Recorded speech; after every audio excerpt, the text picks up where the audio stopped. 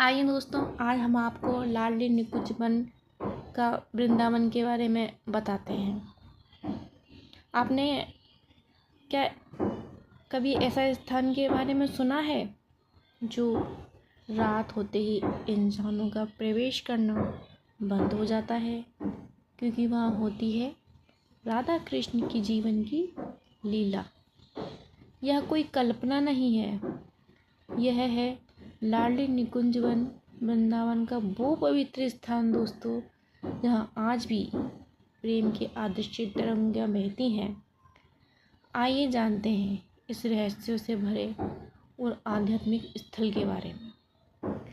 निकुंज का अर्थ होता है एक शांत, एकांत, लता पत्तियों से ढका स्थान, जहाँ राधा कृष्ण अपनी गोपियों के साथ प्रेम लीला करते थे। लाडली निकुंज वन उसी दिव्य स्थान का प्रतीक है जहाँ राधा रानी लीलाओं की अष्टतत्री देवी के रूप में विराजमान रहती हैं। यह उन्हें लाडली जी कहा जाता है, जो कि राधा रानी का स्नेहवाचक नाम है। इस स्थान की विशेषताएं दोस्तों: दिव्य वातावरण।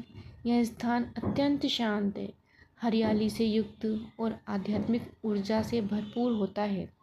यहाँ की हवा में ही भक्ति और प्रेम अद्भुत स्पंदन महसूस होता है।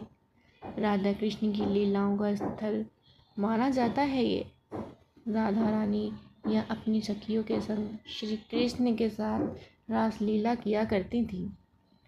विनोद, मान, मनोहर आदि दिव्य लीलाएं करती थी। रात्रि निकुंज लीला संत जन मानते हैं कि आज भी रात्रि में राधा कृष्ण अपनी लीलाएं करते हैं और वह स्थान मानव दृष्टि से ओझल हो जाता है। वह कोई भी रात्रि में नहीं रुकता। लाडली जी का यह मंदिर है। यह राधा रानी की मूर्ति को लाडली जी कहा जाता है। यह मूर्ति बहुत ही सुंदर, मोहक और श्रृंगारित होती है। भक्तजन बड़े प्रेम से साज श्रृंगार, झूला, सेवा, भोग, आरती आदि करते हैं। यहाँ की पौराणिक मान्यताएं: नंदगांव से जब राधा रानी बरसाना आती थी, तब वह इस निकुंज वन में अपनी सखियों के संग ठहरती थी। यह स्थल सिद्धपीठ माना जाता है और कहा जाता है कि साक्षात श्री कृष्ण और राधा रानी अब भी यहाँ विहार करते हैं।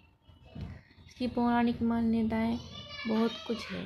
राधा रानी और नंदगांव से तब वह निकुंज वन में अपनी सखियां संग ठहरा करती थी, तब यहाँ रहा करती थी। कहा जाता है कि यहाँ पे कृष्ण और राधा साक्षात रूप में विहार करते हैं, लेकिन केवल सच्चे भक्तों को ही उनकी झलक मिलती है। क्या करें इस पावन स्थल पर? प्रेम पूर्वक दर्शन करें बिना किसी जल्दबाजी के। संध्या आरती या मंगल आरती में भाग भी लें। कीर्तन और भजन में सम्मिलित हुए।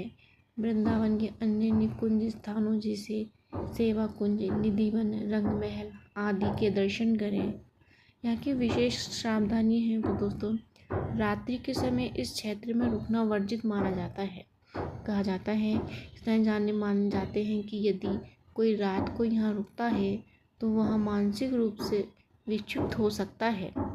यहाँ का वातावरण बहुत पवित्र और ब्रह्म माना जाता है, इसीलिए श्रद्धा और मर्यादा से बनाए रखें।